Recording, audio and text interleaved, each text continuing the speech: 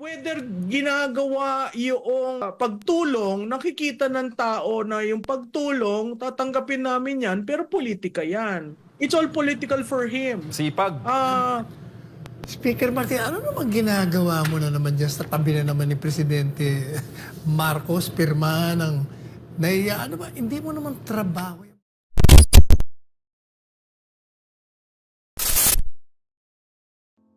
Mainit na balita. House Speaker Martin Romualdez, masyado nga bang trying hard sa pamumulitika? Ratings ni Romualdez, binagsak?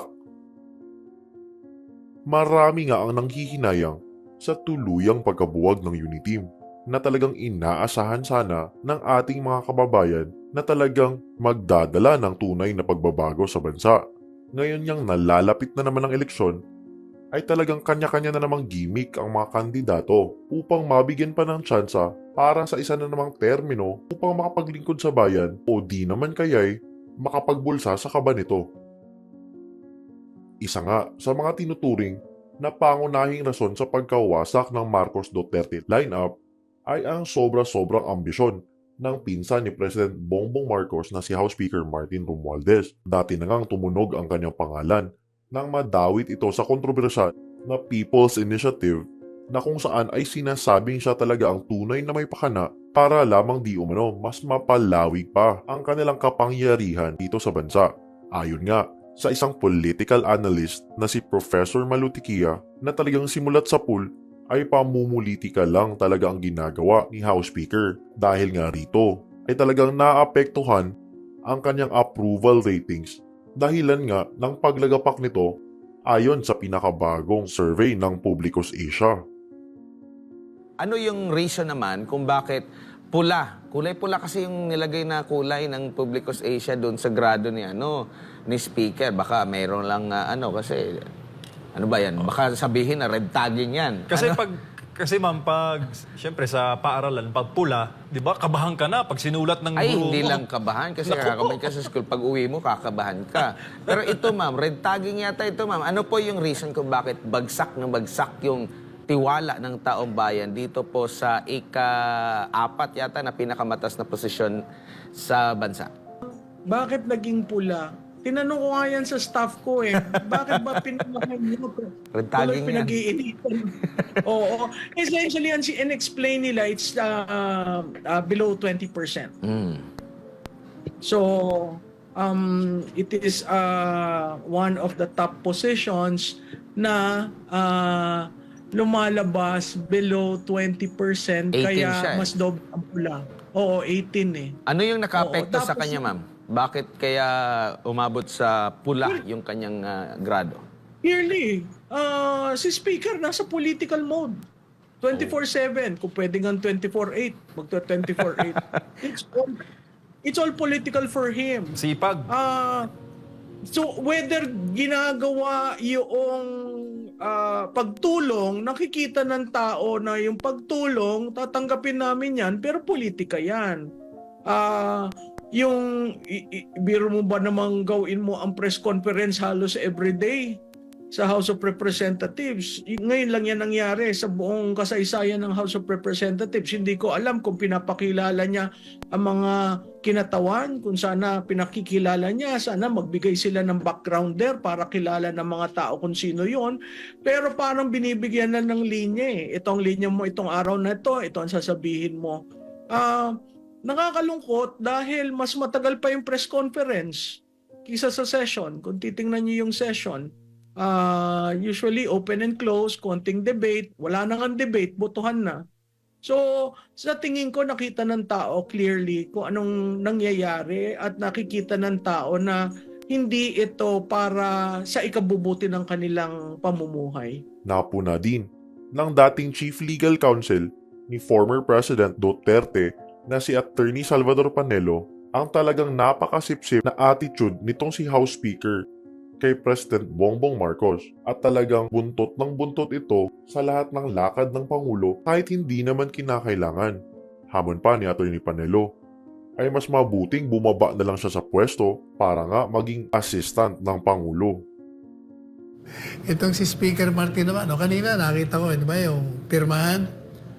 Speaker Martin, ano naman ginagawa mo na naman dyan sa tabi na naman ni Presidente Marcos, pirma ng ano ba, hindi mo naman trabaho yan. Bakit mo pinagpipilitan mo ang sarili mong palagi ka nasa tabi ni Presidente Marcos Jr.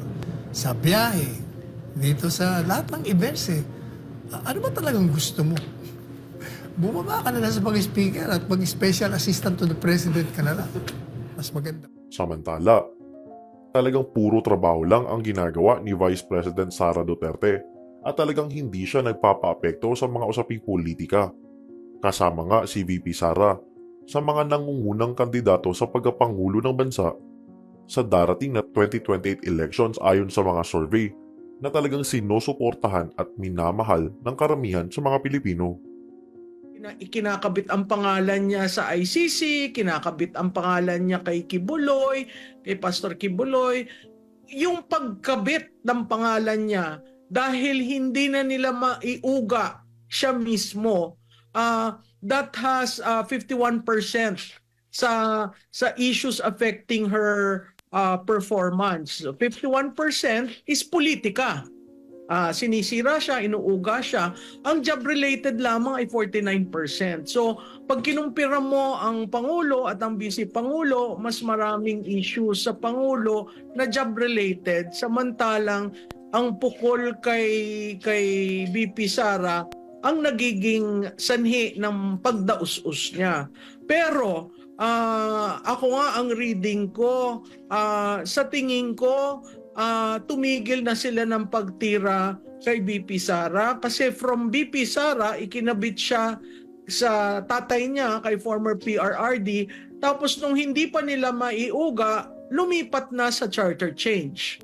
So makikita mo kung i-track mo yung pagtira sa kanya, nagsimula sa kanya yung confidential fund, yung walang alam sa edukasyon, marami yan, sunod-sunod eh.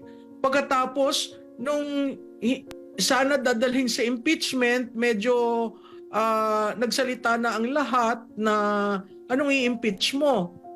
Dinala ngayon dun sa ICC kay PRRD, natandaan natin yung December, di ba? May supposedly bumabang taga-ICC, nagsiyasat, etc. Kinabit yung pangalan ni BP doon, pati kay Pastor Kibuloy sa SMNI, di ba? Sunod-sunod yan eh. So kung titingnan mo yung buong Enero, hindi ko naman alam kung sinong kumukumpa sa administrasyon na ito, na lahat ng gawin ay gusto durugin ang Duterte. Makikita mo yung hindi mo masasabing isolated, makikita mong orchestrated, no? Kaya nakakagulat na she remains with more than majority sa approval at saka 46% sa trust. Module na yon, ano yung nagkokos ng pagbaba sa Pangulo? So makikita natin yan, tama yung sinabi mo, job-related, dun sa isa, politika. Pero ang ginawa naman ni VP Sara ay nagtrabaho lamang, sige lang ng sige. Alam mo, at the end kasi, kung wala ka talagang kasalanan, yung mga binabato sa'yo lahat gawa-gawa lamang, wala, ang sagot mo lang dyan talaga magtrabaho ka na magtrabaho. And siguro maraming lessons na iniwan si Pangulong Duterte sa paggamit ng public relations, sa paggamit ng propaganda nung 6 na taon na siya ay nanunungkulan. Natatandaan nyo, sinabi niya, hindi ako mahilig din sa PR, ayoko ng mga PR handler. Pero makikita mo, ano ba ang ginawa niya? The single act na ginawa ni Presidente is to remain always having a dialogue with the people. Makikita mo yan, whether press conference niya o yung halos gabi na pagsasalita, pero ang mga taong bayan naghihintay sa kanya. So every day he was conversing with the people. Pag kinumpare mo yan sa nakaupo ngayon, wala akong natatanda ang nagkaroon ng public address ang ating kasulukuyang Pangulo sa taong bayan. Nagkakaroon siya ng mga send-off activities na essentially nakakand lahat yung mga sinasabi. So, ibang-iba yung estilo sa communication ng isang mayor ng Davao at isang, national figure na katulad ni Presidente Marcos. Makikita mo rin doon ang pagkakaiba nila on how they handle criticisms. Sa 6 na taon na panunungkulan ng Pangulong Duterte, wala naman siyang inipit, no? Sinasabi nung iba ang ABS-CBN daw, alam mo,